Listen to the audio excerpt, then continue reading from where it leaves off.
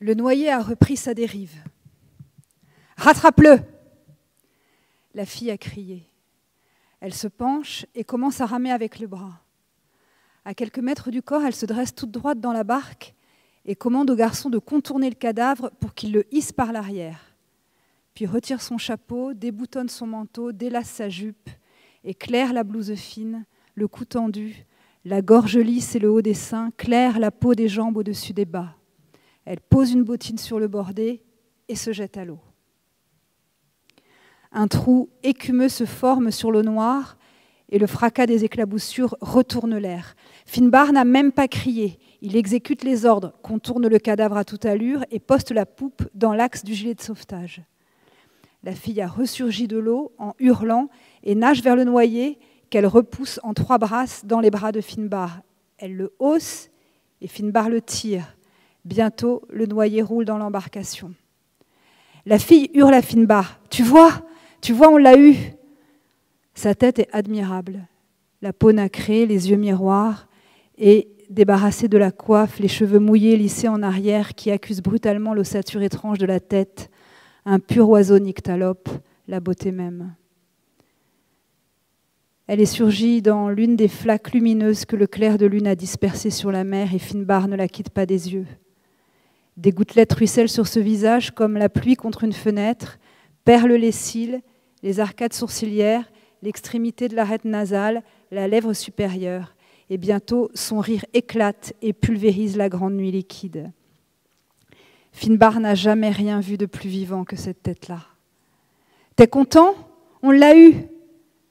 Il se penche vers elle et lui tend ses 2 bras pour la ramener à bord. Elle est si menue qu'il la soulève d'un coup, la repose sur sa planche et aussitôt lui tend son manteau largement aspergé.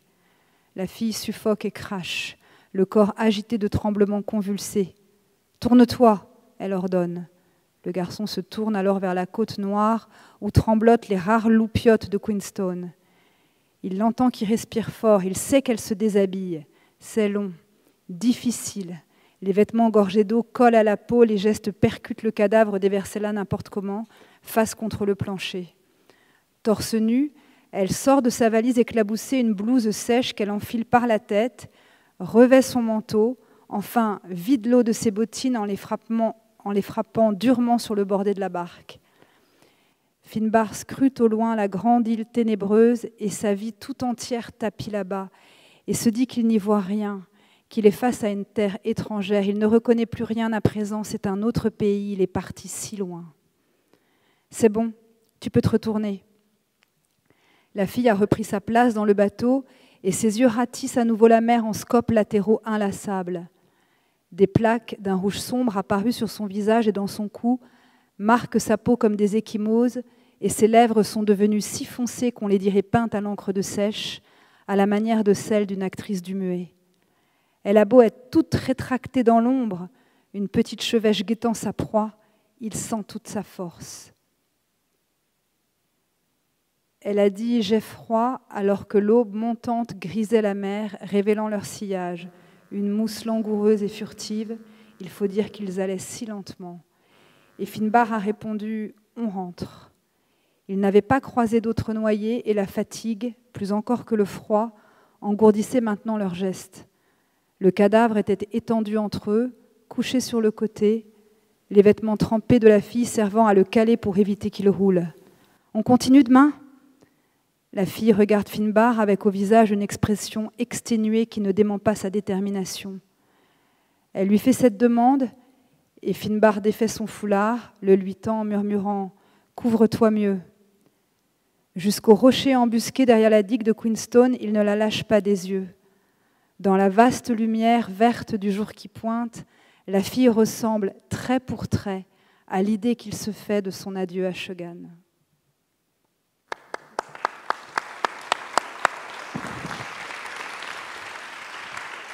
Maëlys de Kerangal, bravo et merci. Bonjour à toutes et à tous d'être ici au Théâtre de la Criée. Maëlys de Kerangal, votre premier roman, Je marche sous un ciel de traîne, a été publié il y a 17 ans et depuis, de l'eau a coulé sous les ponts, des dizaines de publications, des récompenses comme le prix Médicis décerné à l'unanimité pour Naissance d'un pont, Des succès et même une vague de succès pour Réparer les vivants, traduit en près de 40 langues et vendu à des centaines de milliers d'exemplaires en France et partout à l'étranger. Vos romans sont adaptés au cinéma, au théâtre, vos mots circulent, votre nom aussi circule dans les journaux, à la télévision, à la radio et sur nos lèvres, à nous, lecteurs. Lorsque l'on prononce votre prénom et votre nom dans une conversation, eh bien, les yeux de l'interlocuteur s'écarquillent, brillent même un peu. Sourire aux lèvres, il ou elle vous répond « Oh Maëlys, je l'adore ». Maëlys, juste votre prénom, comme si vous étiez notre ami, notre allié, en tout cas une femme et un écrivain que l'on aime et que l'on admire.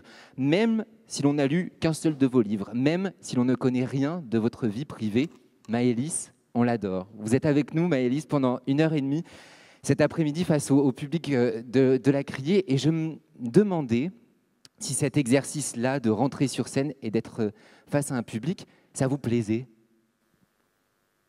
Oui, ça me plaît. Oui, oui, je trouve que c'est... Enfin, j'aime beaucoup déjà lire mes textes et lire aussi ceux des autres. Et j'éprouve un grand plaisir à rencontrer comme ça les lecteurs, les spectateurs aussi, parce qu'on a fait un peu de scène aussi récemment. Et oui, c'est quelque chose qui me plaît, sinon je pense que je ne serais pas là. Dites-moi quelques mots sur ce que vous avez lu, là, à l'instant. J'ai lu un extrait d'une nouvelle qui s'appelle Ni fleur ni couronne, qui a été publiée dans un recueil de 2 nouvelles qui portent ce titre. C'est ce qu'on appelle plutôt des novellas, c'est-à-dire c'est beaucoup plus long qu'une nouvelle et beaucoup plus bref qu'un roman, donc ça se glisse un peu entre les deux. Et c'est l'histoire d'un jeune garçon qui veut quitter l'Irlande, qui s'appelle Finbar, et qui va rencontrer une femme le jour du naufrage du Lusitania en mai de 1915. Et ce bateau qui a été torpillé par un sous-marin allemand a donc coulé. Il y a 2000 noyés et la compagnie qui a armé le navire va primer les corps, c'est-à-dire qu'elle va payer chaque personne qui va ramener un corps, elle lui donnera 1 livre. Et Finbar est pauvre, Finbar veut partir et cette fille et lui vont s'allier et ils vont essayer de ramasser le plus grand nombre de cadavres afin de se faire de l'argent. Voilà, c'est un peu comme des chasseurs de primes en fait. Voilà.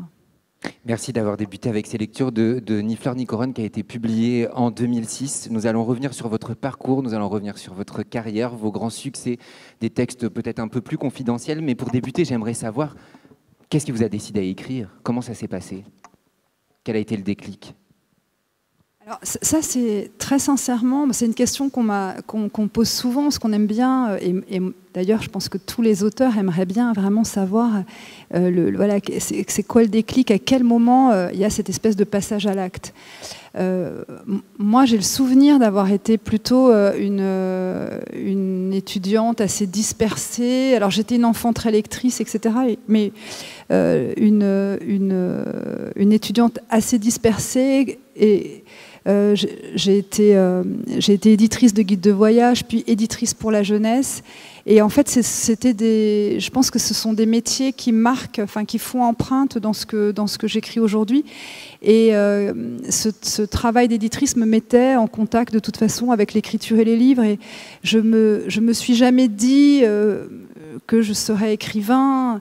Les choses se sont pas passées comme ça. En revanche, je pense qu'écrire, c'est quelque chose que j'aimais déjà beaucoup, mais j'écrivais beaucoup dans mon métier, c'était pas des fictions. Puis je suis partie aux États-Unis pendant 2 automnes, j'ai habité au Colorado, j'avais donc lâché mon métier et c'était des journées assez solitaires en fait, et quasiment tout de suite j'ai eu envie d'écrire une fiction, c'est surtout ça qui m'étonne aujourd'hui, une fiction qui pourrait ressaisir un peu cette vie d'éditrice de guide. Et en fait, j'ai mis immédiatement en place des pratiques qui sont les mêmes aujourd'hui, assez naturellement, c'est-à-dire le fait de travailler à heures régulières, avec des longues séquences, etc. Et toutes ces petites choses qui sont un peu la forme que prend le travail. Et après, ce qui s'est passé pour moi, et ce qui est plus intéressant, parfois je trouve, c'est que parce que beaucoup de gens écrivent, beaucoup de gens ont écrit un premier texte, la question c'est aussi pourquoi est-ce qu'on continue. Et si on ne sait pas bien pourquoi on l'a fait ou comment s'est passé ce passage à l'acte, j'ai la conviction qu'on sait quand même pourquoi on continue. Et on continue parce que, en tout cas pour moi-même, parce que ce que j'ai éprouvé en écrivant alors que j'écrivais ce roman, ça a été si fort, en fait, si intense, comme peut-être ressentiment de mon existence, tout simplement, de ma présence en cet endroit-là, devant ces montagnes, dans un paysage que je ne connaissais pas, dans une langue qui n'était pas la mienne, et en plus je me tournais plutôt vers un passé familial, et en tout cas plutôt je regardais un peu derrière moi. Et voilà, ce que j'ai éprouvé a été si important qu'en fait je n'ai, je pense, depuis ce jour-là, plus cessé de continuer à écrire. Ce qui est étonnant, c'est que vous êtes aux États-Unis, vous nous parlez de ces paysages aux États-Unis, mais votre premier roman, Je marche sous un ciel de traîne, se passe dans le fin fond de la Dordogne, à Ribérac, c'est une petite ville.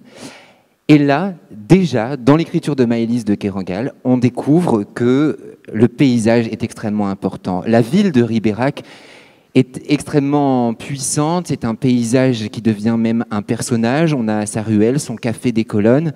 Déjà là, il y a la patte Maëlys de Kerangal. Mais pourquoi aviez-vous besoin, envie d'écrire une histoire qui se passe à Ribérac, alors que vous aviez face à vous justement les paysages du Colorado?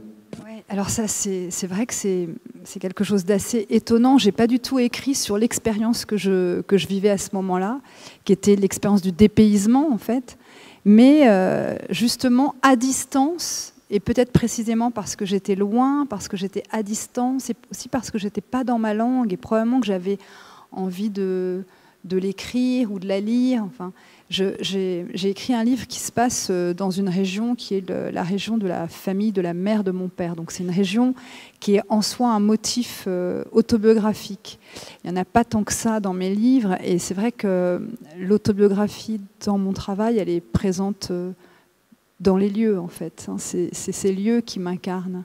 Et cette maison, cette campagne, voilà, j'ai eu envie de à la fois faire converger ce travail d'éditrice et aussi ce paysage. Et c'est vrai que c'est un roman qui est plus écrit l'écriture est assez classique, il y a une intrigue, c'est assez posé, mais il y a déjà des choses, en tout cas il y a des choses que je vais intensifier par la suite, qui sont là, et notamment, je pense que c'est vrai, le rapport à la nature et au paysage, enfin, pas qu'à la ruralité, parce que de fait, on est dans la ruralité, mais il y a aussi l'océan, enfin, il y a tout ça. Maëlys, vous avez grandi au Havre et nous avons rencontré votre professeur de philosophie de terminale, un homme important dans votre vie, avec qui vous avez d'ailleurs toujours des contacts. Et lorsque je suis arrivé chez lui à Paris, il avait en main votre roman, Réparer les vivants. Il a voulu nous en lire une phrase parce que lui seul et vos camarades de terminale peuvent comprendre la référence dans Réparer les vivants. Regardez.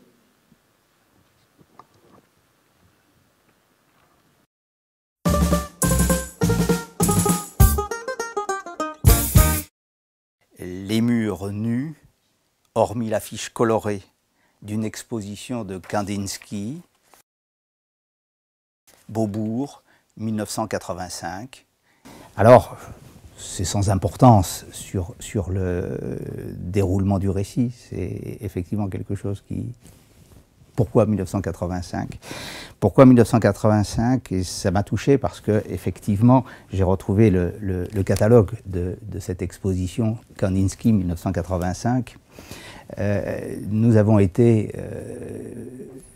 Maëlys et moi, Maëlys et la classe de terminale, elle, dont j'avais la responsabilité comme prof de philo, nous avons fait une sortie scolaire du Havre à Beaubourg pour voir cette exposition Kandinsky. Nous avons tous été très, très émus. Maëlys, de la même manière, quand elle traite d'un paysage, et il y a toujours des paysages forts dans ses textes, que ce soit dans Corniche, que ce soit le Havre, les paysages urbains du Havre dans Réparer les vivants, que ce soit bien sûr ce paysage imaginaire de l'Ouest américain dans Naissance d'un pont, mais toujours dès le premier roman, La Dordogne dans le premier roman Sous un ciel de traîne, toujours ce sont des paysages qui ne sont pas des toiles de fond pour le déplacement d'un personnage, qui ne sont pas une étendue sur laquelle des hommes avancent, que des hommes exploitent, mais le paysage est pourvu d'une véritable dynamique, d'une véritable puissance qui fait mouvoir en quelque sorte les personnages. Comme si l'espace-temps, que les physiciens parlent, c'est très beau poétiquement, je ne sais pas trop ce que ça veut dire scientifiquement, mais les physiciens parlent de ces courbures de l'espace-temps, de la manière avec laquelle l'espace-temps meut en quelque sorte des mobiles dans l'espace-temps.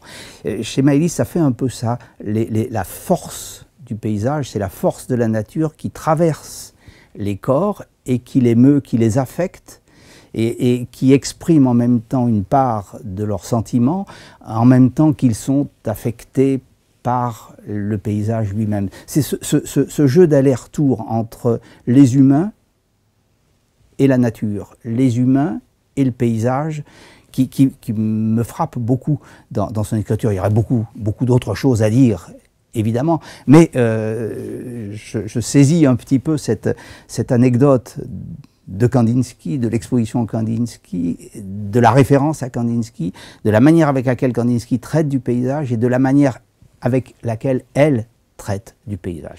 Je pense que l'écriture de Maëlys est une écriture, on pourrait dire, du corps. Je pense que le terme est à peine juste, si on veut raffiner dans les concepts. Je dirais une écriture de l'incarnation, une écriture de la chair.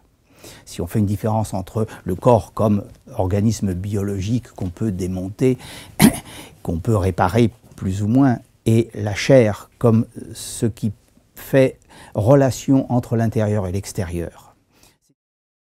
Voilà, je crois qu'on rêve tous d'avoir ce professeur de philo. Vous avez eu de la chance. Beaucoup. Vous avez eu de la chance. Et on va revenir longuement sur le paysage, mais Gérard Bras là, évoque cette question de l'écriture de la chair de vos personnages. Alors comment fabrique-t-on avec les mots la chair d'un personnage? Comment décrit-on ou créons-on cette fine membrane finalement entre l'extérieur, le paysage dans lequel il va évoluer, et l'intérieur, son intimité?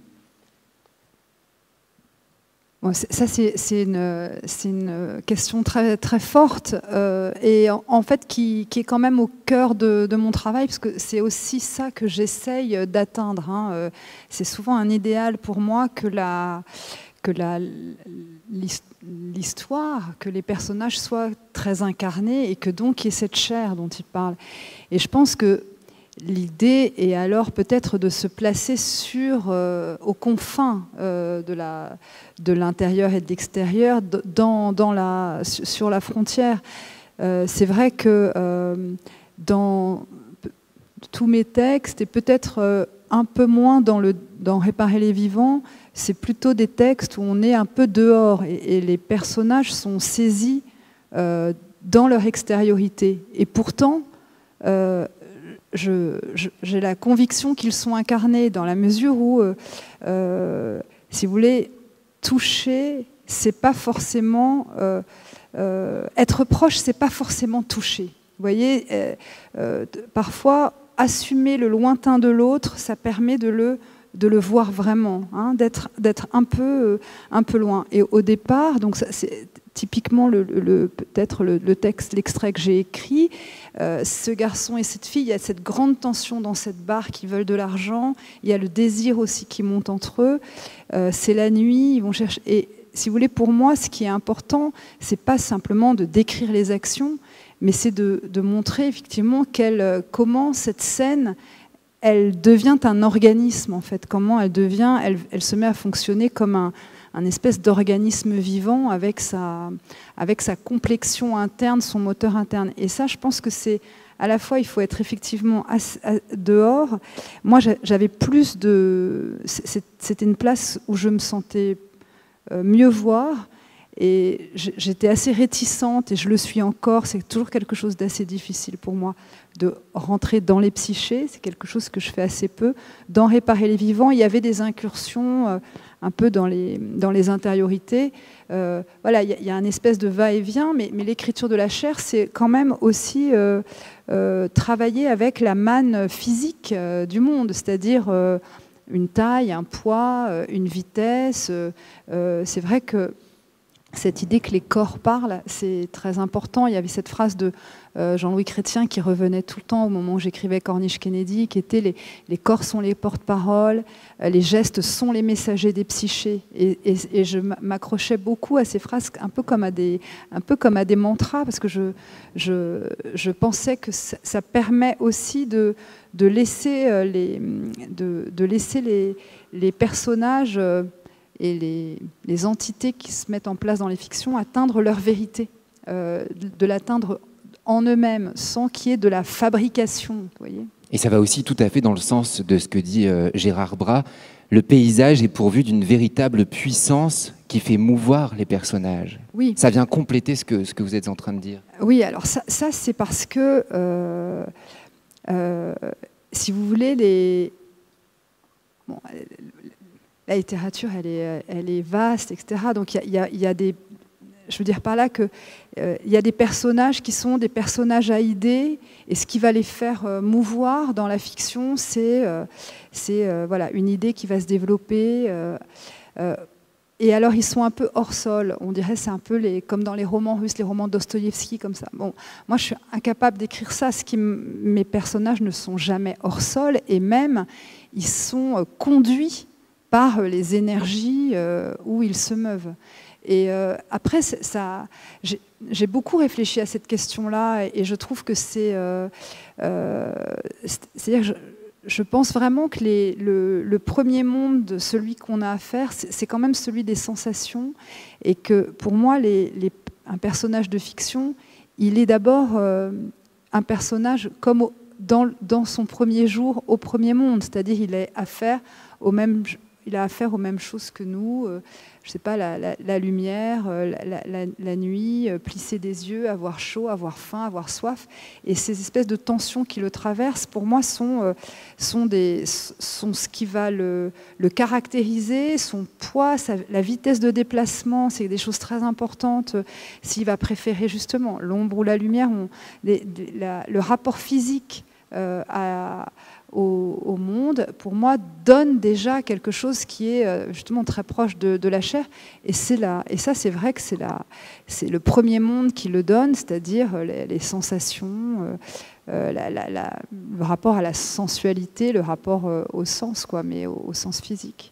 On va en reparler longuement du corps, du mouvement, tout au long de cet entretien, mais je vous propose qu'on regarde à nouveau l'écran. Nous allons voir des photos de Thierry Cohen, d'une série intitulée Ville Lumière. Vous adorez ces photos, et puis vous avez aussi travaillé autour de ces photos. Et est-ce qu'on peut dire qu'elles vous inspirent, et que ça peut être le point de départ, ce genre de photos, de paysages, à vos romans, à l'écriture d'un roman ? Alors, ces photos, je vais juste en dire deux mots. Donc, Thierry Cohen, il est parti en quête des cieux que l'on verrait au-dessus des villes si elles étaient éteintes. Donc, il photographie ces villes des jours sans soleil, des jours où il n'y a aucune réverbération, puis il va chercher sur la même latitude, et souvent dans un lieu non éclairé, un désert le plus souvent, des cieux qui seraient exactement ceux que l'on pourrait voir au-dessus de ces villes si elles étaient éclairées. Donc il y a il y a quelque chose de scientifique dans le calcul des degrés exacts du ciel qui sont placés là. Et aussi, si vous voulez, c'est une façon de rapporter deux mondes, et souvent d'ailleurs un monde désertique où il est très difficiles de pénétrer. Il y a certains déserts du Sahara occidental, etc. Enfin, il y a l'Atacama, c'est des zones marquées par des violences ou par la pauvreté, et parfois par la guerre. Et puis ces villes un peu de la mondialisation, des villes assez opulentes, certaines, ou en tout cas des méga-villes qui ont été, qu'il éteint, et il les éclaire par ces ciels qui prélèvent dans les pays pauvres. Et c'est un peu un idéal de travail pour moi, parce qu'il y a une dimension d'abord d'exploration. C'est un travail qui nous amène à connaître. Lui, il a dû partir il a dû voyager pour aller photographier ces ciels. Puis, il y a une dimension en dehors de l'exploration et de l'aventure que c'est de faire, et l'aventure que c'est de faire un livre. C'est aussi pour ça qu'on écrit. Donc, en dehors de cette aventure-là, il y a une dimension esthétique. Alors là, bon, chacun... Mais pour moi, il y a quelque chose d'assez lyrique dans ces images, même si elles sont très sombres. Enfin, c'est un noir très étincelant qui me touche beaucoup, avec quelque chose d'aussi un peu métaphysique dans ces images, parce que c'est le ciel. Il y a une dimension scientifique, et puis il y a une dimension politique. Et c'est vrai que ce type de travail inspire le mien, dans la mesure où j'ai l'impression, en tout cas quand il y a toute la phase où on lance un livre, et d'ailleurs et aussi celle où on écrit, où l'on est quand même extrêmement poreux au monde environnant. Et alors ce type d'image, effectivement, ça peut rentrer dans l'écriture d'un livre, ça peut être inspirant. Moi, j'ai eu envie, là, d'écrire vraiment sur son aventure. Moi, ces photos m'ont rappelé votre roman « Naissance d'un pont ». Et on va en écouter tout de suite un extrait lu par Constance Dolé. C'est la réunion de chantier. Il est bien 7 h du matin et c'est Diderot qui parle. Levé montagne en bout de table ovale. Salle nue, cloison mince, moquette rase hâtivement posée, odeur de colle, odeur de neuf, café lyophilisé. On a traîné là des chaises scolaires, lesquelles hébergent une 50aine d'individus, parmi lesquels Sanche Cameron, le grutier, et Summer Diamantis, la fille en charge des bétons. Ces deux-là, Diderot les observe à la dérobée. Le garçon, la face hallucinée, la fille qui prend des notes sans lever la tête. Diderot a précisé à leur intention, les doigts réunis en bouquet sur son torse. « Oh, les genoux, appelez-moi Diderot !» Il se racle la gorge, puis commence à voix forte. « Ok, on y va. » Feuille de route. 1. Creuser la terre. Il lève le pouce. 2. Draguer et aménager le fleuve. Il lève l'index. 3. Démarrer le béton. Il lève le majeur. Se tourne pour abaisser un écran mural, met en route un ordinateur portable, se retourne, regarde lentement l'assistance, puis les premiers mots claquent. Creuser la terre, donc. Il se tourne vers la carte géomorphologique affichée sur l'écran, sort une zappette de la poche arrière de son pantalon. Ici coexistent 2 types de sols. 1. Un point rouge lumineux se pose sur la carte, parfaitement synchrone. Rive Coca. Le causse de la haute plaine, aride en surface, fracturé en profondeur, dur au cœur tendre, c'est le coup de la frangipane, on connaît, on n'aime pas beaucoup, mais on aime mieux ça que l'inverse. La salle acquiesce, des rires fusent, doux et connivants. Problème. Diderot pivote vers l'auditoire sans sourire. On a des roches calcaires qui reposent sur des argiles marneuses capables de provoquer des glissements de terrain. Faire très attention. 2. Même chorégraphie de Diderot. Rive edgefront. Sol humide et habité, racines à arracher, trouer la glèbe et descendre chercher le minéral pour s'y appuyer, pour y faire socle. Donc 2 types de sol, d'où 2 types de matériel, mais une seule compétence, le geste néolithique. Autrement dit, entailler la terre. Et toujours, il joint le geste à la parole, le tranchant de sa main fend l'espace au-devant de lui. Il joue la scène. Il aime le théâtre. Enfin, il récapitule à voix haute en pointant l'une après l'autre 2 taches rouges sur la carte. On va commencer par faire 2 trous pour ancrer le pont. C'est bon ? Bon, je continue. Draguer le fleuve. Diderot enchaîne tandis qu'un changement de carte s'opère sur l'écran.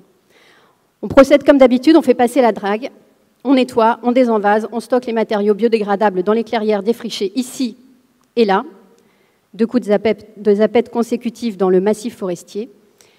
Et les matériaux pollués sur une barge qui redescendra tout le fleuve et ira me foutre ce merdier par 2000 mètres au fond de l'océan. Voilà.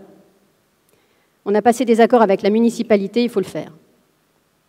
Et derrière, ce n'est pas fini, on aménage le fleuve, on recreuse le chenal, on l'élargit jusqu'à hauteur du futur port autonome. Ensuite, on consolide, on érige les digues qui recevront les métaux et on creuse le fleuve pour y enfoncer les tours. Prise de notes sur les carnets et pattes de mouche des hommes en chemisette claire. Il fait chaud. On ouvre les hublots pour plus de fraîcheur. La salle s'enfle de la clameur du dehors. Vrombrissement des autoroutes, vacarme de la place Boursière, affolement de canards sauvages, moteur teuf teuf teuf teuf des canaux sur le fleuve, aboiement de chiens, coup de feu. Et la voix de Diderot se torsade avec elle sans la recouvrir. Drôle de bande-son, pense Sanche Cameron, qui ferme les yeux un instant, puisque ne les a pas fermés de la nuit, saisit qu'il était sous le drap par la fébrilité qui s'était emparée de lui, tellement heureux que le chantier démarre, que commence enfin la grande vie qui l'attend là. Il louche de biais sur Summer, qui s'escrime à tout écrire, se dit que c'est bien les filles d'être consciencieuses comme ça. Diderot a repris la parole. Et maintenant, le béton, votre précaré, Diamantis. Il s'oriente vers Summer, leurs yeux se croisent, la fille se redresse d'un coup sur sa chaise, Diderot étend les bras et fait des cercles dans l'atmosphère. Il ajoute d'une voix blanche: « Vous avez la responsabilité d'alimenter le chantier, Diamantis. Vous êtes en charge du mouvement perpétuel. » Puis, il remonte l'écran d'un geste sec, comme on tire sur un store, éteint l'ordinateur. Des feuillets polycopiés détaillant la phase 1 du chantier se mettent à circuler. Personne n'ayant formulé de questions à voix haute, on se penche sur les documents. On échange sur les données techniques. Puis, le maîtreur confirme les quantitatifs de la construction. L'intendant présente les menus de la première quinzaine. On évoque le vin à midi, 25 centilitres par ouvrier. Et Diderot tranche Niette, blanc de rage. Sortez tous. Terminé. Summer Diamantis n'a qu'une idée en tête, aller voir la centrale à béton. Remuement de papier, repositionnement de chaises. Elle s'isole en bout de table, traîne, feignant de lire des notes.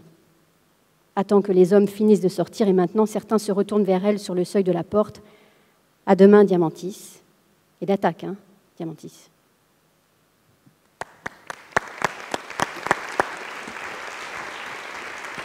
Constance Dolé. On a entendu donc une lecture de Naissance d'un pont. Naissance d'un pont, c'est un roman qui nous plonge dans la construction d'un pont dans une ville imaginaire des États-Unis. Il y a quelque chose d'assez fort que l'on retrouve dans quasiment tous vos textes, c'est l'idée justement de créer des ponts entre les territoires, de créer des ponts aussi entre les trajectoires des personnages. La volonté peut-être de réconcilier. Est-ce que le terme réconciliation, ce mot, vous plaît? Qu'est-ce qu'il vous inspire? Alors, c'était même l'idée un peu qui était au départ de ce roman. Alors, j'écris, je crois même que c'est le seul livre où je suis partie sur ce livre avec une idée en tête. D'habitude, c'est plutôt des sensations, enfin, les choses viennent autrement. Mais là, c'est vrai que j'étais assez partie sur l'idée de la paix, en me disant que c'est la paix qui est intelligente, en fait. C'est l'idée de s'accorder, c'est l'idée de trouver une forme de conciliation. Et c'était un moment assez agité, et j'étais un peu sur cette idée, voilà, de réconciliation, de conciliation, d'accord, etc. Et c'est vrai que la figure du pont, j'ai oublié peu à peu cette première idée-là, et puis quand la figure du pont est apparue, c'est vrai que le pont, c'est toujours, dans sa forme même, voilà, c'est toujours dialectique, il s'agit quand même de mettre en rapport deux espaces, et ça a donné ce livre. Et c'est vrai que cette idée de mettre en rapport les choses, c'est un peu, j'allais dire, le moteur de mon travail, en fait, je pense. C'est-à-dire de mettre en rapport justement des espaces, des trajectoires, des gens. Il y a quand même une figure du multiple dans mon travail. Alors ce roman-là, c'est un peu le roman de la profusion. Il y a beaucoup de monde, il y a beaucoup de travail, il y a beaucoup de matériaux, il y a beaucoup d'actions. C'est un roman où il y a un attentat manqué, où il y a une bagarre de cow-boys, où il y a un ethnologue qui veut sauver une forêt, où il y a des hommes qui se rassemblent pour construire un pont, où il y a un maire mégalomane qui va à Dubaï, etc. Et c'est-à-dire qu'on est dans une espèce de foisonnement, et c'était le moment du profus, de l'abondance, qui était pour moi une espèce d'abondance romanesque, c'est-à-dire c'est creuser un peu tous les possibles. C'était comme, si vous voulez, les Chinois qui font tourner plusieurs assiettes. Et voilà, s'il y en a une qui tombe, c'est pas grave, on n'est pas mort, les autres continuent, ça continue. Et donc, voilà, il y a plusieurs choses, comme si plusieurs assiettes qui tournent dans ce livre, qui pourtant construit un ouvrage en béton. Et pour moi, il y avait quand même cette idée de la mise en rapport des choses, qui est quelque chose que j'ai continué ensuite, en fait, dans le roman suivant, Tangente vers l'Est, et puis évidemment dans Réparer les vivants, qui est un peu l'histoire de ça. Et c'est vrai que voilà, c'est tisser une espèce de trajectoire, une espèce de ligne, et c'est aussi une façon d'aller contre la violence, quoi, de résister à ce qui casse, à ce qui détruit. J'étais assez anxieuse de tout ça, et notamment de tous les paysages qui bougent, de tout ce qu'on va perdre, et qu'est-ce qu'on gagne et qu'est-ce qu'on perd, où se situe le pont entre les choses, où est-ce qu'on va évoluer dans un monde de plus en plus fragmenté, fractionné, et finalement hyper segmenté, qui est pas le monde qui n'est pas un monde harmonique d'une certaine manière. Et donc ce livre, il regarde un petit peu vers cette histoire-là, la réconciliation vue comme ça. Oui, et là où c'est très impressionnant aussi comme construction, votre construction, c'est que ce n'est pas un ou deux personnages que l'on suit, c'est vraiment un collectif de personnages. On va tout de suite regarder une vidéo après les photos de j'allais dire Patrick Cohen, Thierry Cohen, et puis cette lecture de Naissance d'un pont, c'est la vidéo d'un film dont vous êtes tombée amoureuse, je crois que je peux le dire comme ça, qui s'intitule My Architect. On regarde.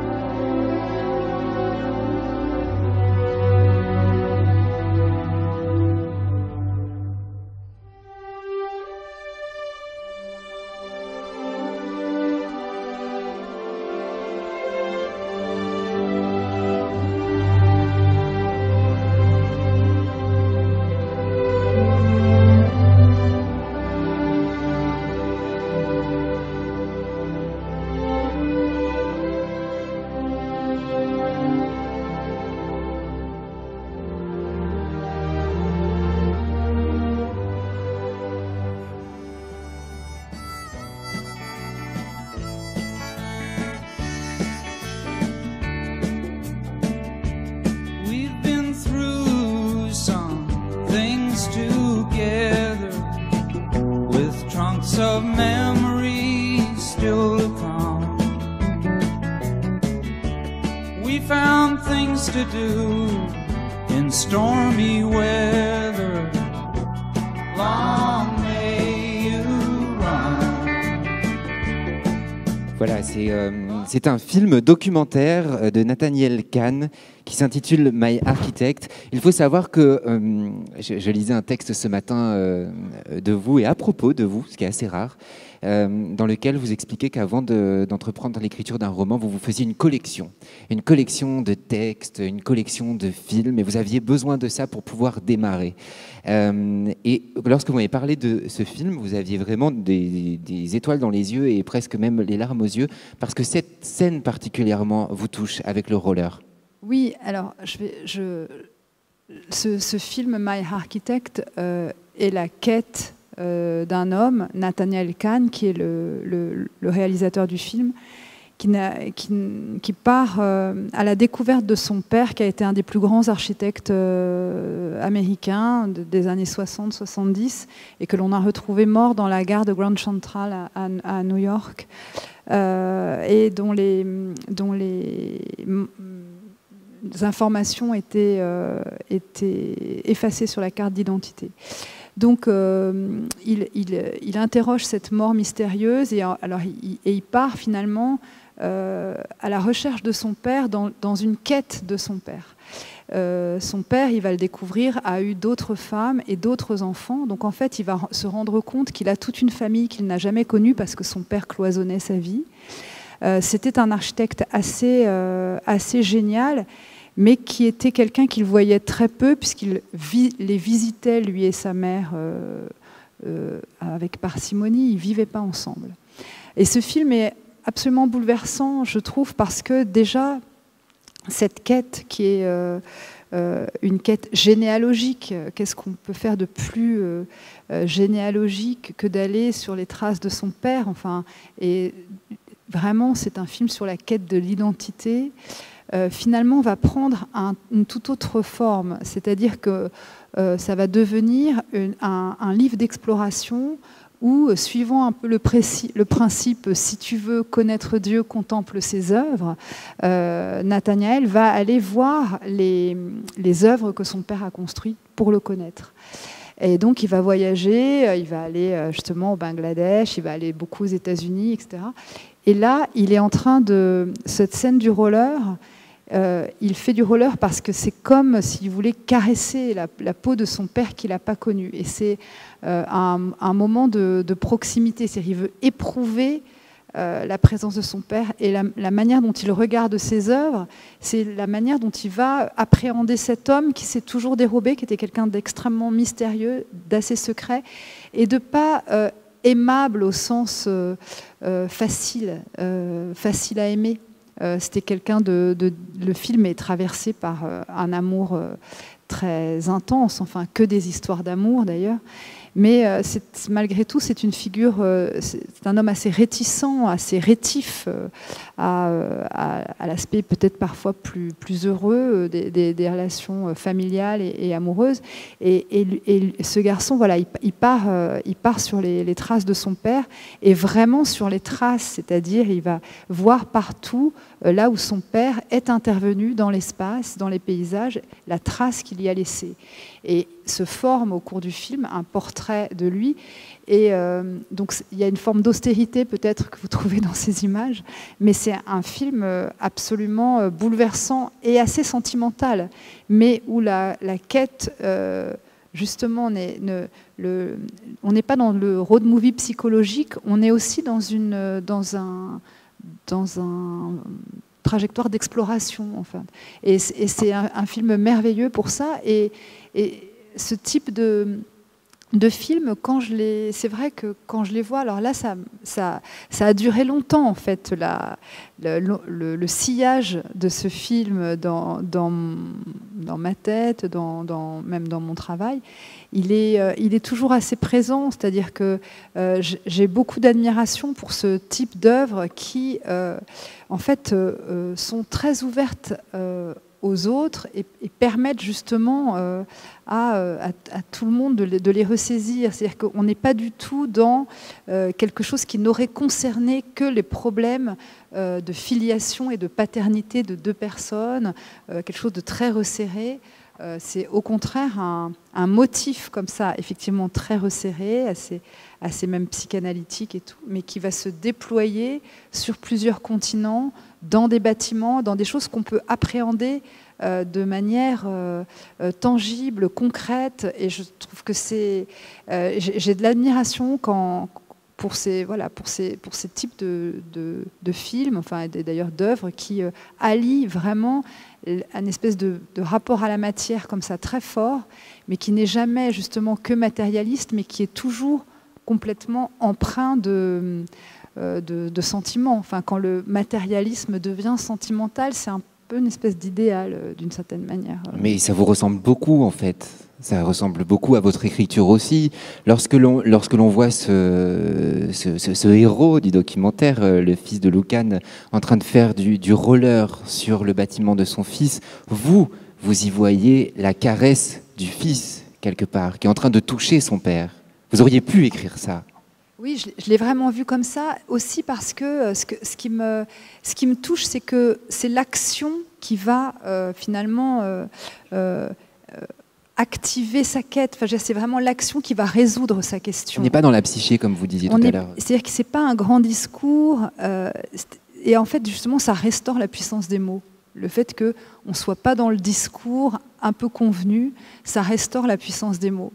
Et c'est un film où on voit qu'un garçon faire des choses, questionner des gens, prendre des trains, monter dans des taxis, prendre des escaliers, interroger les autres, faire des recherches. Et finalement, c'est un film extrêmement littéraire de mon point de vue. Et voilà, le sens des mots est là aussi parce qu'on n'est jamais dans un discours attendu sur cette espèce de, j'allais dire, de figure littéraire pour le coup, une espèce de topos assez fort comme ça, qui est la quête du père. Voilà, là, si vous voulez, c'est un peu à rebours, dans un angle mort, à l'envers. Enfin, il la prend d'un autre côté, qui en fait aussi une œuvre, qui nous fait voir plein de choses, qui nous donne une place. Je voudrais maintenant, Maëlys de Kerangal, que nous parlions de l'imagination de l'écrivain. On va prendre À ce stade de la nuit, qui est un de vos derniers romans, je ne sais plus, c'était en 2014. À ce stade de la nuit, eh bien, ça débute, la narratrice est dans sa cuisine, il est minuit, la radio fonctionne chez elle, et puis elle entend cette annonce à la radio. Un bateau venu de Libye, chargé de plus de 500 migrants, a fait naufrage ce matin à moins de 2 km des côtes de l'île de Lampedusa. Près de 300 victimes seraient à déplorer. Voilà le point de départ de À ce stade de la nuit, de Maëlys de Kerangal. Et ensuite, on suit la narratrice dans les ramifications de sa pensée, quelque part. C'est-à-dire qu'il y a ce point de départ, cette annonce à la radio, il y a l'île de Lampedusa, il y a la question des migrants, pas très jolie formule, un peu journalistique, mais il y a cette question-là. Et ensuite, on part vers le cinéma, vers des histoires, vers la littérature. Est-ce que on peut faire une comparaison avec ce que peut être l'imagination? Est-ce qu'il y a un point de départ comme ça? Oui, alors c'est vrai que déjà l'imagination, c'est quelque chose que moi je considère comme... c'est le truc très baudelairien pour ceux qui connaissent les propos de Baudelaire sur l'imagination qui sont assez géniaux. Il dit que l'imagination n'est pas une fantaisie personnelle. Ça l'énerve un peu, ça, et au contraire, Baudelaire, il prône, je crois, enfin, si je comprends bien ce qu'il dit, il prône l'idée que l'imagination, c'est une faculté de connaissance. Et que l'imagination, c'est pas inventer des péripéties, des rebondissements, des tas de petites... et activer comme ça des ressorts d'accidents, des incidents, etc. C'est au contraire tisser des rapports entre les choses. C'est ce qu'on disait un peu tout à l'heure, créer des échos, créer des analogies. Et c'est la mise en rapport, la mise en réseau de tout cela qui fait œuvre d'imagination. C'est pour ça d'ailleurs que l'imagination, ça se travaille. C'est pas quelque chose dont on est dépositaire. Toi, tu as beaucoup d'imagination, toi non, etc. Non, l'imagination, elle se travaille dans la mesure où c'est une façon de creuser, en fait, et de voir que quand on entend ça, qu'est-ce que ça nous fait voir? Est-ce qu'il y a un tableau qui surgit? Et là, quand on regarde ces images de ce roller, est-ce qu'il n'y a pas un autre film qui vient derrière? Est-ce que cette musique qu'on entend, est-ce que c'est pas celle qui venait dans un autre film qui fait penser à un autre livre, etc. Et les choses se mettent en branle de manière effectivement complètement organique, mais aussi dynamique, synergique, je sais pas, comme ça. Et pour le coup, c'est extrêmement stimulant. Et j'avais vraiment l'imagination étant justement un peu déconsidéré, pas très bien porté. Les auteurs disent souvent qu'ils n'ont pas du tout d'imagination, etc. Surtout pas. Mais non, c'est au contraire, c'est une faculté de connaissance que l'on a à porter loin, qu'il faut vraiment, à mon avis, enfin en tout cas pour moi-même, c'est quelque chose que j'essaye de travailler, de nourrir, de sourcer, de remuer, de brasser. Et ça passe vraiment dans cette mise en rapport. Alors ce livre, à ce stade de la nuit, il a été écrit dans le cadre d'une collection qui s'appelait Les paysages écrits, et je cherchais justement à mettre en relation l'écriture et le paysage. Et j'ai pensé qu'en saisissant un toponyme, c'est-à-dire vraiment un nom dans un paysage, donc Lampedusa, j'en saisirais un et j'essaierais de faire comme une archéologie de ce mot. Et donc de le creuser, de le feuilleter, de l'effeuiller et finalement de le délester de toutes ces couches de sens. Et au départ, je me suis dit, c'est vrai que Lampedusa, qu'est-ce qu'on entend, qu'est-ce qui vient en nous quand on entend ce nom?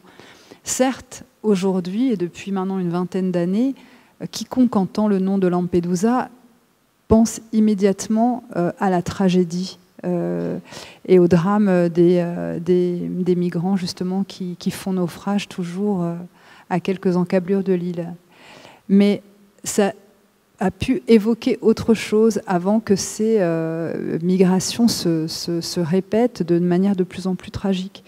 Et en fait, au cours de cette nuit, cette femme, elle va essayer de faire finalement voyager ce syntagme, Lampedusa, dans dans tout son imaginaire et d'écouter ce qui vient. Alors c'est vrai que c'est le nom d'abord d'un acteur de cinéma, donc c'est un nom de fiction, c'est le nom de... Ce qui lui vient, pardon, c'est le visage de Burt Lancaster, parce qu'il est le héros du Guépard, qui a été écrit par Tomasi di Lampedusa et qui lui rappelle des îles qu'elle connaît, dont l'île de Stromboli, ça lui rappelle un souvenir, etc.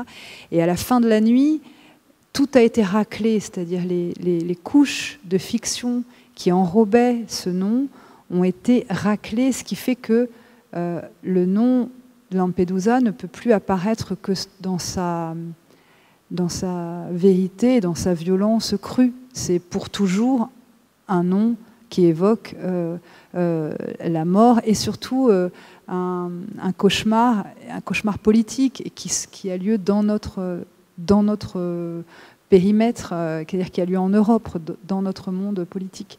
Et du coup, je dirais que c'est à la fois un livre effectivement, il y a un geste politique, mais c'est un livre qui fonctionne un peu comme une expérience, en fait, comme un espèce d'art poétique. Et cette femme, voilà, elle met en rapport les choses, des scènes viennent, des scènes où elle revoit des films. Et toutes ces scènes s'enchaînent. Alors il y a une façon de jouer sur les échos, les rebondissements, les mises en rapport, les analogies. Et finalement, c'est ça l'imagination. En tout cas, des ponts, encore des ponts. Il y a tout un système d'écho entre les images, les sons. Et moi, je pense que j'écris avec ça, comme beaucoup d'autres écrivains, mais que c'est le ferment de la langue aussi, la manière dont, dans l'écriture, quand une scène s'instaure, finalement, il y en a une autre derrière qui vient aussi parce qu'un écho se forme, parce qu'une analogie se crée. Bon, il y a les fameuses métaphores, mais même, j'allais dire, dans l'action, voilà, les scènes passent et ça ne s'enchaîne pas comme dans des scénarios. Ça vient parce qu'il y a une espèce de puissance qui est l'imagination, qui les lie, qui les tisse les unes derrière les autres. Je voulais qu'on lise un extrait de La Société de la Nuit. On n'a plus le temps, Maëlys, mais je voudrais quand même juste lire ce dernier paragraphe qui est « J'écoute la vibration, j'aime l'idée que l'expérience de la mémoire, autrement dit l'action de se remémorer, transforme les lieux en paysages, métamorphose les espaces illisibles en récits. » On comprend beaucoup de choses de vous et de ce que vous êtes en train de nous raconter sur l'imagination. J'ai essayé d'ailleurs de me servir de ce livre comme comme d'un art poétique, enfin, vous voyez, de ressaisir un petit peu ce que j'avais essayé de faire depuis, je sais pas, que j'avais commencé à écrire. Et j'avais essayé de mettre aussi le travail littéraire un peu à distance et de le regarder, d'avoir une position un peu réflexive par rapport à mon travail. Et puis il y a l'image de Lille aussi. Et Lille, un terrain de jeu formidable en fait en tant qu'écrivain, puisqu'on peut tout créer et tout faire. On passe à un roman que vous connaissez certainement. Il s'intitule Réparer les vivants. Ça doit vous dire quelque chose. Comme je vous disais tout à l'heure, il a été traduit en près de 40 langues. Il est vendu partout dans le monde. C'est un succès incroyable. On va en parler un petit peu avec vous, Maëlys. On va surtout parler de l'effet que ça a eu sur votre vie, enfin ce moment important dans votre carrière d'écrivain et d'auteur. Mais nous avons un invité, c'est Emmanuel Noblet. Emmanuel Noblet est comédien et surtout il a adapté, et en plus il a adapté Réparer les vivants au théâtre. Il est seul en scène au théâtre. Il est d'ailleurs nominé aux Molières. On saura lundi si il est allé acheter son costume, son smoking, tout pour lundi. On espère, on croise les doigts évidemment, pour Emmanuel Noblet, qui nous donne un extrait aujourd'hui au Théâtre de la Criée de son spectacle Réparer les vivants.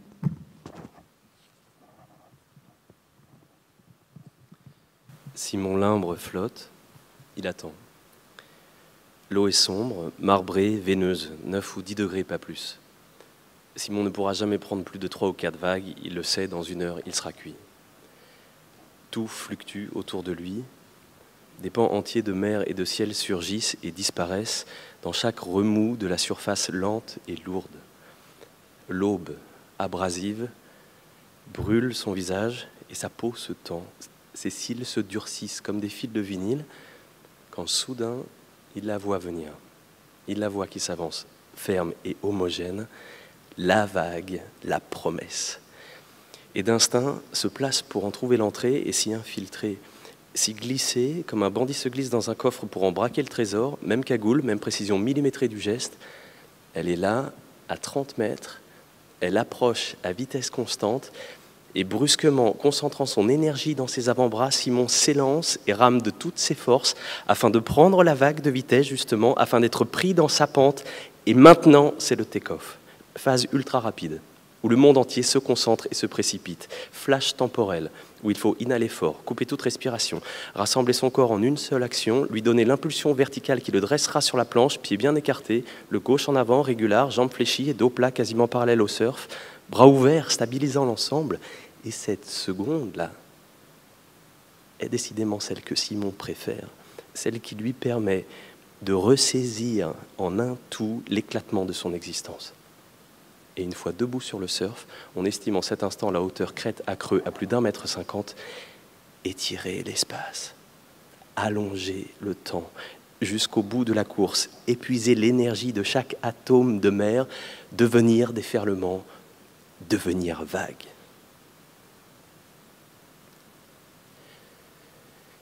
Il a tout de suite su que c'était elle. Air sonné, regard vrillé, de sorte qu'il ne lui a pas demandé si elle était la mère de Simon Limbre. « Pierre Révol, c'est moi qui ai admis votre fils ce matin. Vous prenez un café? Sucre ?»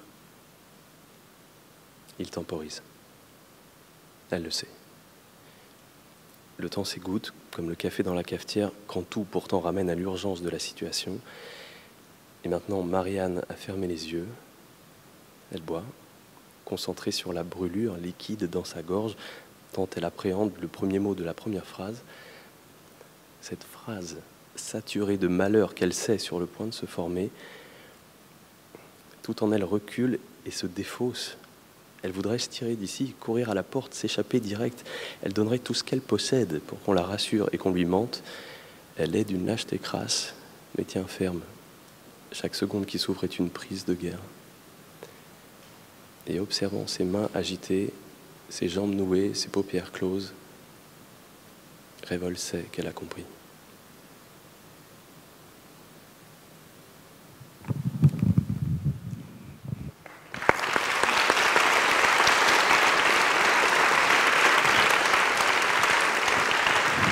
Bravo Emmanuel, merci beaucoup d'être là. J'ai l'impression qu'on est chez Drucker en fait, avec le canapé, comme ça, Emmanuel qui joue. Emmanuel Noblet, racontez-nous comment a débuté cette aventure de Réparer les vivants. Déjà, pourquoi vous avez choisi ce texte de Maëlys de Kerangal? C'est un coup de cœur, sans mauvais jeu de mots. Mais moi, je cherchais un texte pour un projet personnel et j'ai tourné chacune de ces pages comme un cadeau en me disant mais c'est évident que là, c'est ce rendez-vous que j'attends avec moi-même, avec mon envie d'acteur, avec le premier matériau d'un acteur, c'est le texte, c'est les mots. Et cette langue-là, je me suis dit, et honte à moi, je ne connaissais pas les précédents livres de Maëlys, donc je découvre tout d'un bloc, ses mots, son univers, son souffle. Et je me dis, mais ça, c'est non seulement c'est un matériau littéraire sublime, mais parce que c'est aussi un drame en 24 heures avec des personnages et une tragédie, c'est du théâtre.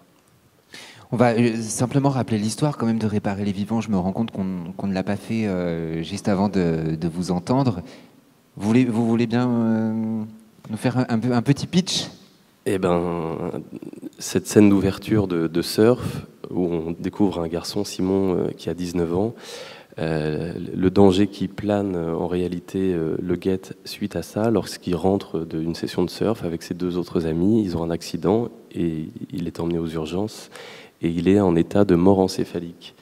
Et cet état particulier qui fait qu'on peut prélever ses organes si il a donné son accord ou si ses proches le donnent pour lui, en estimant qu'il est donneur ou pas, et comment ce cœur et ses autres organes, mais notamment ce cœur, va se retrouver dans le corps d'une femme de 50 ans. Vous nous avez parlé de l'écriture de Maëlys, qui vous avait séduit. Mais qu'est-ce qui vous a séduit exactement ? Est-ce que c'est le rythme ? Est-ce que c'est la pulsation ? Parce que quand on vous voit sur scène, ce qui était très impressionnant, c'est que vous êtes seul en scène pour jouer tous les personnages. Il y a donc un rythme incroyable. On sort presque épuisé de la représentation. Est-ce que c'est cette écriture justement du rythme qui vous a séduit d'abord pour l'adapter au théâtre ? Oui, le rythme, oui, évidemment.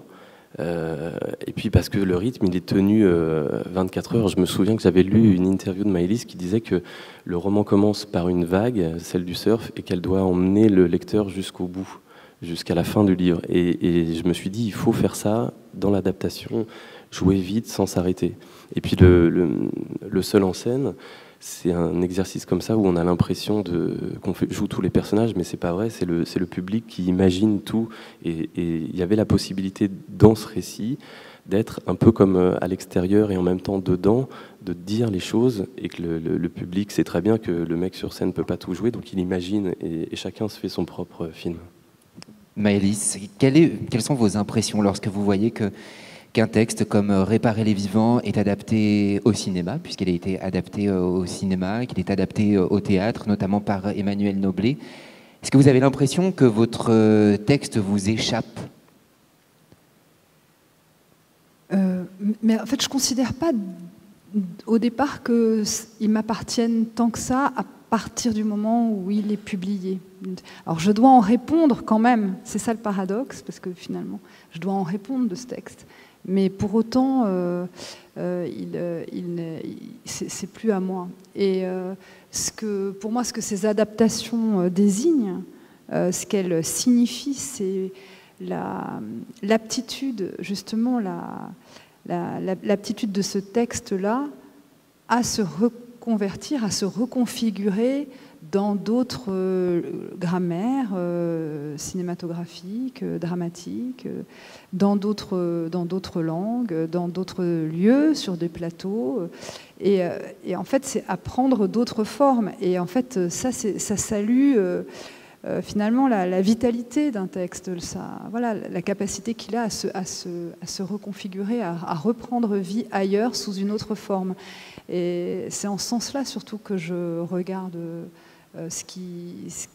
les adaptations, mais aussi finalement les traductions.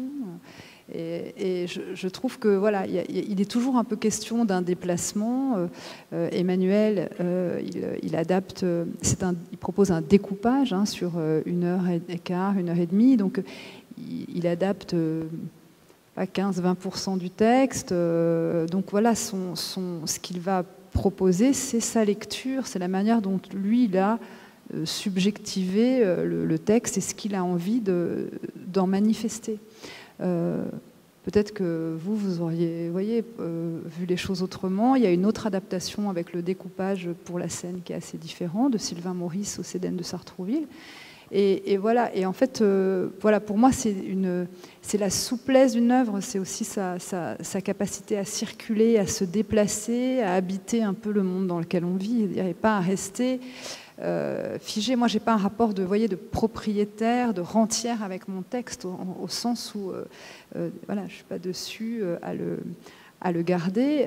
Après, je regarde et je pense, c'est pas non plus de l'indifférence. Je pense oui, parce qu'il s'est passé quelque chose quand même avec Réparer les vivants. Ça arrive dans votre vie, c'est un succès incroyable. Comment on l'appréhende, ce succès? Bon, c'est une joie. C'est d'abord une joie. C'est une joie parce que c'est la joie du nombre. C'est-à-dire que c'est, pour le coup, c'est pas un livre qui va être réservé à certains lecteurs et peut-être à certains bons lecteurs, etc. Mais c'est un livre qui a pu être lu par des gens qui me disaient ne plus tellement lire ou ne plus tellement lire de fiction, etc. Donc voilà, et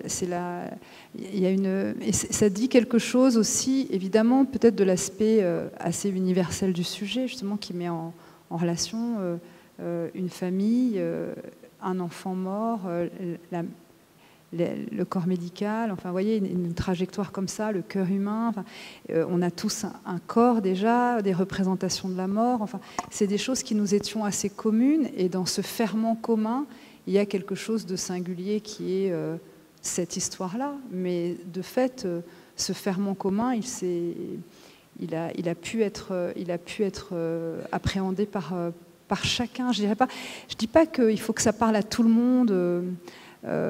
C'est pas tellement mon idéal d'écrire un livre qui puisse parler à tout le monde. Je pense que c'est pas comme ça que j'y réfléchis. En revanche, moi, comme lectrice, j'aime je vois plutôt le chacun, c'est-à-dire la littérature, elle est pour chacun d'entre nous, c'est-à-dire chacun peut faire sa lecture. Et ça c'est assez fort, c'est-à-dire non pas parler à tout le monde, mais parler à chacun, ce qui est encore, ce qui est un autre truc et qui est pour moi quelque chose de plus puissant. Et après, une histoire comme ça, bon, la traduction, les adaptations, ça a été très nouveau. C'est vrai que ça vous déplace, hein, ça vous rend visible.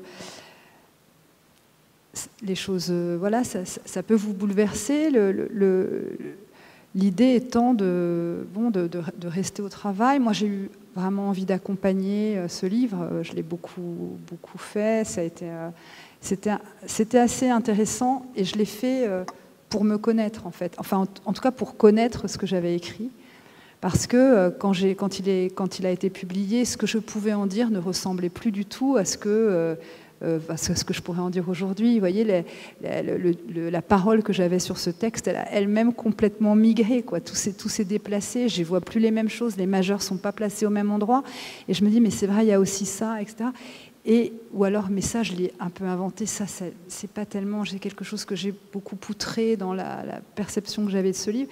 Et finalement, ça me permettait aussi de me connaître, et je trouvais que ces rencontres avec les lecteurs, elles ont aussi la vertu d'éclairer vraiment le texte, c'est-à-dire d'en faire un objet de question et finalement que l'auteur lui-même le connaisse, ce qui est pas mal.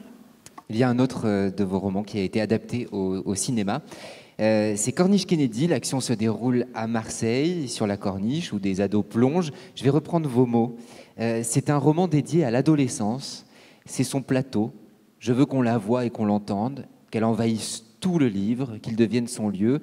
En ce sens, c'est clairement un roman politique, le premier. Je l'écris dans la foulée et encore plus sur la lancée de Dans les rapides, en resserrant le focal de l'écriture sur le mouvement, le corps et l'oralité. On va parler de l'oralité, du corps et du mouvement. On va regarder avant ça une vidéo.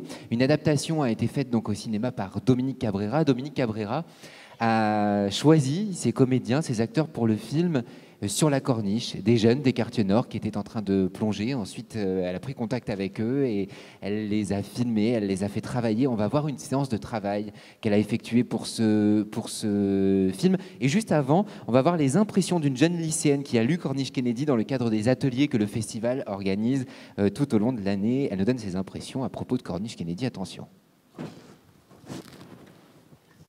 Alors, je vais parler du livre Corniche Kennedy de Maëlys de Kerangal. Ce qui m'a plu, c'est le lien d'amitié qui se crée entre des jeunes de différents milieux défavorisés, un peu plus pas soutenus, mais un peu plus bourgeois, on va dire. Comment ils arrivent à communiquer, même s'ils n'ont pas les mêmes centres d'intérêt, les mêmes passions, etc. Voilà.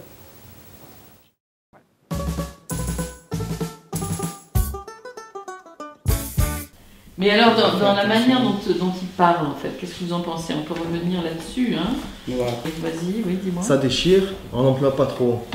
Vraiment, on va dire plutôt quoi? Moi, je vais dire ce que je dirais. Ça tue ou c'est de la bombe. Toi, tu dirais quoi? Ça paye. Ça paye aussi. Ouais, ça tue ou ça paye. Bon, ça paye. Ok. Ça paye, ouais, ça passe bien, ça paye. C'est vrai qu'on l'emploie souvent aussi. Moi, je dirais un truc Oui, encore pire. Qu'est-ce que tu dirais, toi? Non, pire. Que Vas-y, personne mais dit, faut- c'est fameux. Ah ouais, c'est fameux. Ouais. Alors là, Edith BG, on comprend pas, hein, c'est ça, hein? Comment vous diriez? Un B point et un G. Ou alors, pas le BG, qu'est-ce que ça pourrait être d'autre que le BG? Ouais, sinon, un adjectif. C'est le seul à plonger de tête. Et dis le beau gosse. Ou je sais pas, un truc comme ça. BG, ça veut bien dire beau gosse ou quelqu'un avec une bonne allure, tout ça. Mais on le comprend ou pas? Vous le diriez? Il aurait fallu le Toi, faire tu comprendre dirais au début. Lui dire oh beau gosse, viens.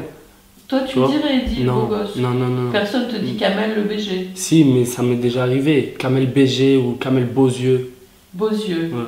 Bah, Edith Beauzieux, c'est pas mal. Non, ça va pas sur Edgy. Ouais, ça va pas passer. Edgy, il doit avoir les yeux Le marrons. plongeur de Marseille. Pourquoi? Ah, il m'a pas l'air d'avoir des beaux yeux, Edgy. Voilà, est-ce qu'il a des beaux yeux, Eddy? On ne sait pas. Mais là encore, en fait, Maëlys, vous voyez quelque part...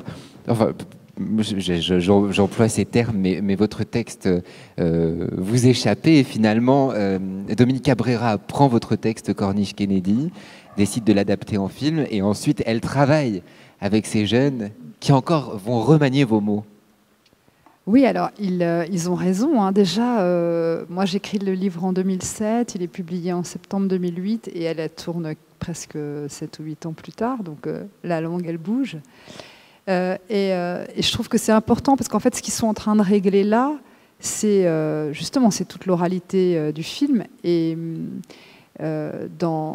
moi c'était déjà un gros travail pour moi et un travail assez délicat de la faire entendre dans le texte. C'est un travail d'enchâssement quand même de prélèvement d'oralité et que j'ai réenchâssé dans la phrase du roman, qui était quand même un sertissage assez compliqué, parce qu'évidemment il y a le problème d'écrire, il était le problème de ventriloquer la langue de la jeunesse dans un geste de séduction qui n'était pas du tout le mien, mais en revanche, c'est ce que je disais, je veux qu'on l'entende. Donc pour moi, c'était pas possible qu'on l'entende pas comme elle parle. Et ce que l'on voit là, c'est que Dominique Cabrera, elle est dans ce geste-là aussi, c'est-à-dire qu'elle veut qu'on l'entende et qu'on l'entende comme elle parle. Et je vois la façon qu'elle a d'adapter le texte, de fait, moi j'avais un geste assez analogue quand j'étais en train d'écrire. Ça vous prend beaucoup de temps, justement, sur chacun de vos romans, de vous poser la question du langage, de rechercher le langage qui, tout comme le corps, tout comme le paysage qui l'entoure, va lui créer une identité. Alors, si vous voulez, je pense que le langage, alors le style, la langue, enfin toutes ces choses-là, c'est pas des domaines que j'interroge vraiment, parce que je pense que finalement on écrit un peu comme on est. Enfin, moi je crois pas mal, en tout cas, encore une fois pour moi-même, la question du tempérament, et que c'est compliqué d'écrire complètement contre soi. Moi je vois bien que j'ai une sensibilité au lyrisme. Il y a par moments, il y a des anaphores, la phrase qui tourne comme un lasso, les phrases qui s'élargissent, qui dessinent des espèces de réseaux comme ça. D'autres auteurs sont dans des phrases beaucoup plus courtes, très lumineuses, comme des éclats. C'est aussi des questions de tempérament. Mais ce à quoi je fais attention, c'est cela quand même qu'il faut trouver peut-être avant qu'un roman, dans l'écriture du roman, et qu'il faut tenir jusqu'au bout. C'est une espèce de note, c'est un grain. Qui est le grain de la narration. Et ça, pour le coup, c'est quand même quelque chose qui est assez mystérieux à capter et à tenir, et surtout à identifier comme étant la note juste qui va permettre de... vous voyez, on va la chevaucher jusqu'au bout. Hein. On va la tenir, on va l'accompagner jusqu'au bout. Et de toute façon, c'est moins...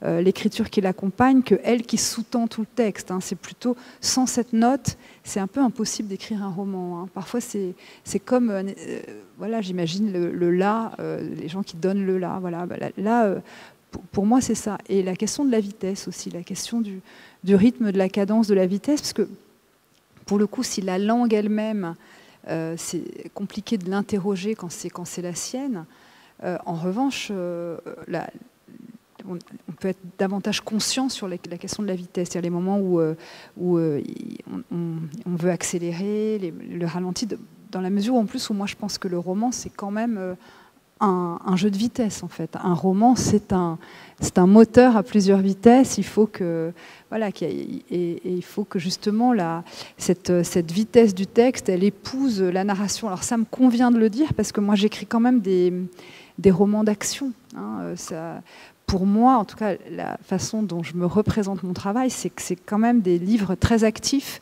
où l'action tire toujours la narration. Un peu moins dans Corniche, mais après, Naissance d'un pont, Tangente vers l'Est, Réparer les vivants. Oui, enfin, dans Corniche, il y a les plongeons. Il y a les plongeons. Mais on n'est pas sur une trajectoire comme ça, c'est comme une flèche et où il faut rejoindre l'autre rive, aller à Vladivostok, rallier le cœur de Claire, vous voyez, où toute la narration est tendue vers un but. Là, c'est un livre où il y a un peu deux plateaux. Enfin, il y a le plateau, pardon, il y a La Platte, le plateau des jeunes, mais il y a aussi Marseille, une intrigue plus policière derrière. Et c'est vrai que là, pour le coup, cette action-là, voilà, on la règle. Par moments, c'est pas mal aussi de ralentir pour ouvrir, voilà, parce qu'il y a ces espèces de largos. C'est un peu comme, j'imagine, pour les musiciens, vous voyez, ces moments voilà, où il y a une repose, il y a une dépose, on calme, et puis hop, ça repart. Et ça, je trouve que c'est assez important d'arriver justement à trouver dans la langue des vitesses pour écrire ça. Il y a dans Corniche Kennedy, justement, donc ces plongeons que j'évoquais à l'instant, mais... Si c'est si important, c'est parce que vous avez une manière de les décrire et une manière de décrire le corps, le mouvement du corps, qui est très frappant, notamment dans Corniche Kennedy. Je voudrais qu'on regarde deux photos pour évoquer ces plongeons, mais aussi pour évoquer ce corps. Ce corps, c'est celui de Nadia Comaneci. En 1976, là, elle est au bar asymétrique au JO. Elle a eu 10 sur 10, ce qui ne s'était... Ouais, on avait dû changer les petits panneaux. Les panneaux d'affichage, oui. Je me souviens. Et vous aviez envie de les voir, ces photos, pour parler du corps, justement, et du mouvement. Alors c'est aussi quelque chose d'assez sentimental, parce que pour le coup, j'ai adoré cette championne au JO de Montréal en 76. Donc moi, j'avais 7-8 ans, et j'étais très... j'étais en adoration devant cette petite Roumaine complètement voltigeuse, acrobate. Je ne voyais pas du tout encore à ce moment-là ce qui a pu être dit plus tard, par exemple dans le roman de Lola Lafont, il y a les contraintes sur le corps, etc. La petite soviétique, je ne me souviens plus du titre. du oui, roman. Oui, la petite communiste qui ne souriait jamais. Voilà, c'est ça. mais en fait, pour moi, c'était voilà, la figure de l'enfant qui vole, et surtout, il y avait ce visage extrêmement impassible. Elle montrait très peu d'émotions, et elle était toute en blanc. J'étais émerveillée par ces images. Et c'est vrai que quand on voit le saut de l'ange, je crois que mon premier texte, ma première nouvelle, elle s'appelle Nadia et moi, et c'est un chant d'amour pour Nadia Comaneci que j'ai écrit. Voilà. Et je crois qu'effectivement, au moment où il y avait Corniche, et où j'ai commencé à écrire, à me concentrer sur la figure du plongeon, c'est quelque chose auquel je pensais énormément, comme d'émancipation, d'autant plus que je l'apercevais comme étant quelqu'un d'assez contraint, mais pas dans son corps, ça je comprenais pas ça encore bien, mais politiquement, quoi. Elle était de l'autre côté du rideau de fer, elle était à l'est, enfin, et j'avais l'impression qu'elle voulait tout le temps se libérer, et que c'était une image de liberté. Je pense qu'à un moment donné, c'est venu sourcer un peu ce livre que j'ai écrit plus tard, tellement longtemps après, Corniche Kennedy, cette histoire de plongeon. Ces histoires de plongeon et de jeunes gens, en tout cas de jeunes gens, on le retrouve dans Les Rapides. C'est l'histoire de 3 adolescentes, Lise, Nina et Marie, 3 jeunes femmes qui se posent des questions sur la vie, la mort, l'amour, et puis surtout elles vivent passionnément, elles vivent entièrement, et notamment pour la musique, et elles découvrent Blondie. Et là, Constance Dolé est par là, elle va nous lire un extrait de Dans Les Rapides.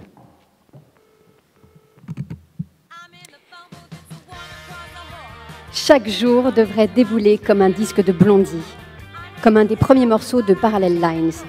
C'est ce que je me dis en dévalant la rue qui descend vers le boulevard maritime pour rattraper le bus numéro 1 qui me rapprochera du lycée Porte-Océane.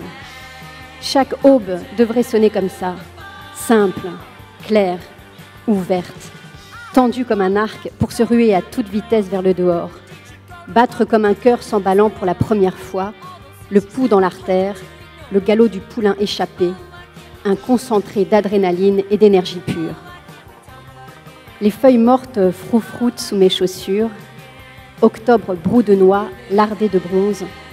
C'est un automne faste qui s'ouvre, j'en suis sûre. Tout le laisse entendre. Le port de béton se réchauffe, et autour de lui son fleuve, son rivage, et de loin en loin, tout bruite et sonne, appelle. Hang up and run to me. Hang up and run to me, c'est cela. Raccroche, raccroche. Laisse tomber ce qui brinque-balle, ce qui boite et empêche. Dépose ton enfance, heureuse ou non. Tout cela pèse un âne mort. Déjoue le mal-être adolescent, ton cœur explose. Fais de la place, affranchis-toi. Run to me. Voilà ton cri de ralliement, run to me. Il n'y a pas autre chose à faire. Je marche comme une marathonienne. Je fais la course avec les voitures qui se suivent en file indienne le long de la plage. Je cours car soudain quelque chose me presse. Le présent me presse, oui, tout va très vite. Le temps accélère, il mute. Il ne s'écoule plus dans un sens, mais explose en 3 dimensions. C'est un continuum brillant de présent, de maintenant, de tout de suite, de c'est là. Nous changeons de focale. Des blocs de sensations inédites saturent nos gestes tout autant qu'ils font luire notre peau, creusent nos cages thoraciques et activent nos têtes. Nous avons plongé dans les rapides. Blondie est devenu notre groupe. Nous avons une adresse, nous sommes placés. C'est déjà une victoire. Lise a fait le pari qu'elle saurait chanter Hanging Up on the Phone à la vitesse de débit, s'y entraîne dès qu'elle est seule. Comique à voir quand sa grande bouche se débat pour débiter I'm on the phone booth, it's the one across the hall. If you don't answer, it's just ring it off the hall. Les premières syllabes chantées fort et sans faillir, sans trébucher. Les finales écrabouillées en marmelade sonore et inarticulée. Nina passe ses traductions au polish. Je demande à mon frère de me montrer des accords sur sa guitare, puis j'essaye à mon tour, quand la maison est vide et silencieuse. Et même si la lumière du ciel filtrée par la fenêtre m'y incline, et si je me trouve belle ce jour-là, je passe une mini-jupe en jean, ébouriffe mes cheveux, maquille ma bouche de pâte magenta, ombre mes paupières de fard et impressionnée aussitôt par cette figure grimée reflétée dans le miroir, fascinée par cette apparence neuve, ce visage qui est le mien, je descends dans la grande pièce du bar, allume la chaîne et hausse le volume, vais me poster devant le miroir de l'armoire, jeu de jambes, je donne la scène, je suis alors une autre Déby, une autre fille libre.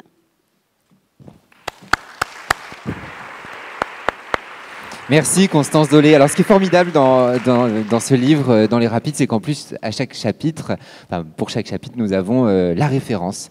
Donc soit Blondie, soit Kate Bush. Et voilà, c'est super de le lire en même temps en ayant Blondie ou Kate Bush dans les oreilles. Et cette musique m'amène vers le rythme de votre écriture. C'est quelque chose de très fort et d'assez incroyable lorsqu'on vous lit. On peut avoir une page entière, voire plus, sans un point. On va avoir ces mots qui coulent, ces expressions. Les virgules vont être là pour nous amener le flow. Et puis, d'un seul coup, on arrive comme ça à ce point, à un point qui est là, presque comme en musique, après que l'orchestre ait fait son tutti, là, comme ça, ou son forté. On a le silence qui a finalement autant de poids que ce qui a été joué avant. Et là, le point va être aussi important que ce qu'on a lu avant et le rythme qu'il y a eu avant. Comment travaille-t-on ce rythme ? Alors, moi, j'écris les phrases, etc. C'est vrai que déjà, dans la façon dont l'action se déroule, il y a cette histoire de la vitesse dont j'ai parlé tout à l'heure, mais il y a l'idée quand même que moi, je cale les textes à voix haute et que le rythme, je le cale. C'est-à-dire qu'il y a cette phrase qui dit que, justement, que la ponctuation, c'est une espèce de rapport au corps, à la respiration, et que c'est comme une espèce de décalque anatomique du corps de l'auteur dans la phrase. Je trouve que c'est assez juste. C'est-à-dire que toute la ponctuation des textes, elle est calée sur la respiration et les temps que je pose quand je les relis à voix haute. D'ailleurs, quand à la fin d'une séance d'écriture, je lis, je suis quand même souvent assez euphorique, assez excitée, etc. Si par exemple, 6 mois plus tard ou 1 an, donc dans un moment plus fatigué, je ressaisis cette ponctuation, parfois quand ça va trop vite, moi je ne peux pas la dire. Donc ça montre bien que c'est vraiment calé sur un temps qui est d'une expérience du corps en fait.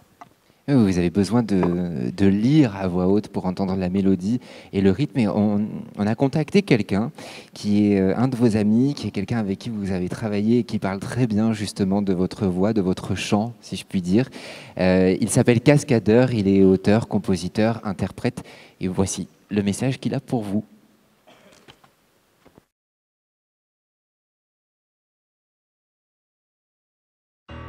Il est troublant de parler d'un écrivain. Tout comme cela le serait de chanter un peintre ou de filmer un être invisible. Je choisis donc, à mon tour, d'écrire ce que je vais vous lire. Voici.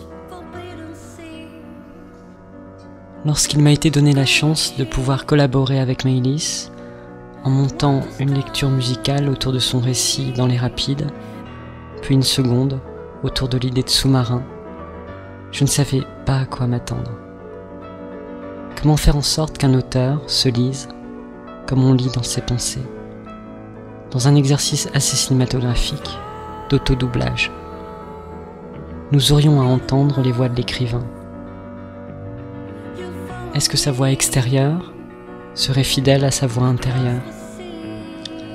Est-ce que la figure de l'écrivain, souvent figée, derrière la pose de l'intelligence, attestée par la présence de la bibliothèque d'arrière-plan, s'animerait au contact de la scène? Tel un entomologiste, j'observais donc Maëlys. Papillon rare et précieux. Dès les premières répétitions, j'ai pu entrevoir ce qui, à mon sens, la caractérise. Elle est une plongeuse, emplie des vagues de ses mers. Pardon pour l'emphase un peu empoulée, on dirait du Jean d'Ormesson. Autre chose, sur scène, Maëlys ne lit pas ses mots, elle les danse. Aisément, avec grâce, fluide. Elle devient aussi du même coup, ou en même temps, pour reprendre la formulation présidentielle, chanteuse. Animée par la musicalité de son texte, elle nous fait visiter les temps de son intériorité. C'est l'une des choses captivantes chez cette liquide créature. Elle contient ces démultiplications, ces métamorphoses semblent induites. Pour conclure, et après quelques années de fréquentation, je dirais que Maëlys de Kerangal est une sirène humaine qui ne nous détourne pas de nos trajectoires, mais au contraire, nous permet notre propre invasion.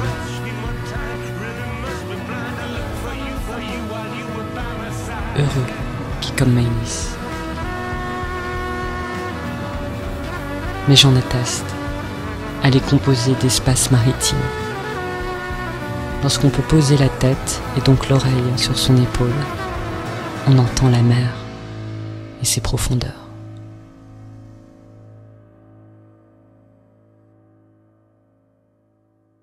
Voilà, c'était Cascadeur. Oui, je crois qu'on peut applaudir. C'est extrêmement émouvant. Comme témoignage, je pense que c'est un ami qu'il faut garder. Une sirène, on entend la mer lorsqu'on pose notre tête contre votre épaule. Maëlys ne lit pas ces mots, elle les danse, on en parlait tout à l'heure. Il y a une question qui est très intéressante, je trouve, à travers ce qu'il dit. Est-ce que sa voix extérieure serait fidèle à sa voix intérieure ?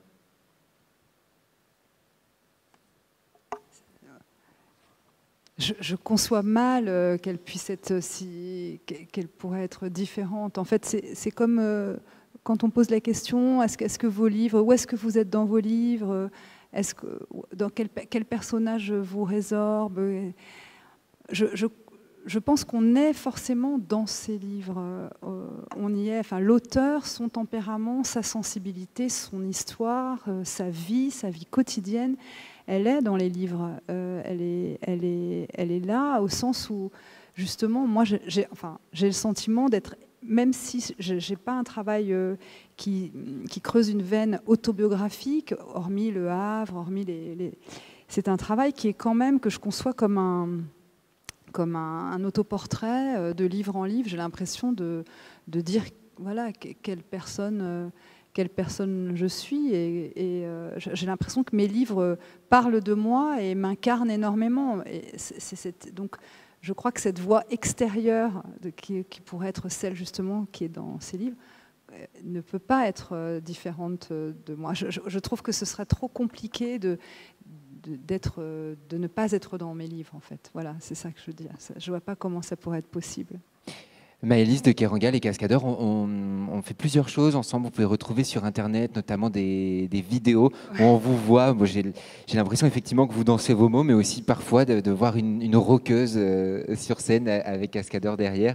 On va regarder une dernière vidéo que nous avons isolée parce que je trouve qu'il y a dans ce texte qui va être lu par Gérard Bras, par votre professeur de philosophie, un peu tout ce qu'on s'est dit, c'est-à-dire qu'il y a l'espace, il y a le paysage, il y a le corps, il y a le mouvement. Vous allez voir en 1 minute, il y a quelque chose qui est bien résumé. C'est un texte inédit en fait, puisque c'est un texte que vous lui avez offert il y a quelques années pour son départ à la retraite, et il a voulu nous en lire un petit extrait. On l'écoute. Il est venu se placer au devant du tableau noir, à environ 1 mètre du mur, en un point situé dans la largeur de la salle, à égale distance de la porte et de la fenêtre, du raffut scolaire et des amplitudes sidérales, de l'institution et du ciel.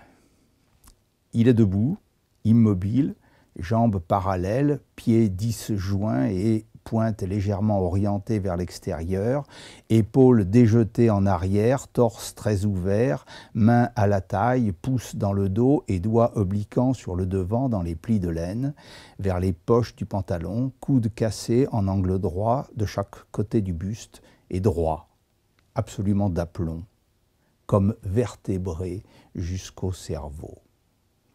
Il est là et il fait silence, ce faisant, fait le silence, comme si le silence procédait de sa présence, justement.